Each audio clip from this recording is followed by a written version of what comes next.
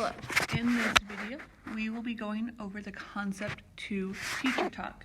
At this point, please make sure you have completed the teacher talk so that as we go through you can be checking your answers. Set 1. R, S, and T are collinear where S is between R and T. If S is located at 5, RS is going to be 6 long, ST will be 10, and we're going to determine what the location of R and T is. So the first thing I'm going to do is draw my picture. So I've drawn a line or a segment where S is between R and T. And I'm going to go ahead and label that S is located at 5 and that RS is 6 long and ST is 10 long. So imagine this is a number line. So R to S needs to be 6 units. Because R is to the left of S, we're actually going to go backwards. So back 6 from 5 would be -1. And for ST, 10 away from 5 is 15.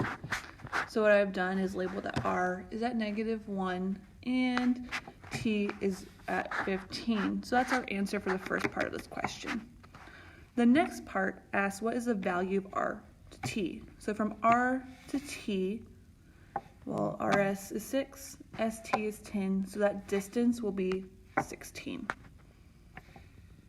Set 2.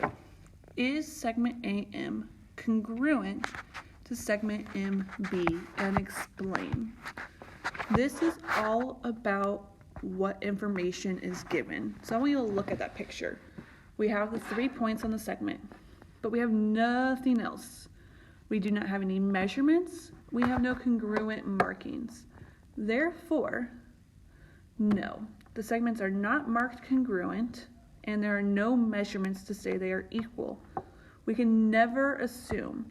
You cannot assume information just because M looks like it's in the middle does not mean it is. So take a second, make sure you have the answer no and an explanation as to why it's no. In set 3, we are given this diagram where segment DH is intersected by line PG. And we're given 3 different measurements. DG is 5x minus 1, DH is 7x plus 2, and GH is 17. So make sure you label your diagram. So I've labeled each segment accordingly. Now that we have our diagram labeled, we can write an equation. Because we're working with segments, we can actually set it up using the segment addition postulate. So that DG plus GH would make our entire segment DH. So now I can take the segment addition postulate and plug the information from my diagram, which I've done here. 5x minus 1 plus 17 equals 7x plus 2. From here, we're going to solve algebraically. I'm going to combine like terms to get 5x plus 16 equals 7x plus 2. From here, I'm going to go ahead and subtract 2 to get that. Oh, I apologize. I went ahead and subtract 5x. So that 16 equals 2x plus 2. Subtracting the 2, I would get 14 equals 2x. So again, the order doesn't matter. You're going to get the 14 equals 2x or 2x equals 14. And after division, our x value is 7. Once we know the value of x, you can plug it in to figure out the distance of the other segments. So plugging into DG, 5 times 7 minus 1, you're going to get 34.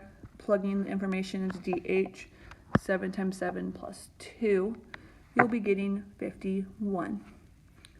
At this point, we are asked, is G the midpoint? Yes or no, and explain. If you look at our diagram, we know GH is 17, and we just determined that DG is 34. Because those values are not the same, G is not the midpoint. So my explanation was that the segments are not congruent, or you could say the lengths are not equal. If you're talking about the figure, you're going to use the segment notation and congruent. If you're talking about the measures, we're just going to use the letters and not equal. So that's why I have two different notations there. Is line GP a segment bisector? Yes or no? It is not a segment bisector because G is not the midpoint.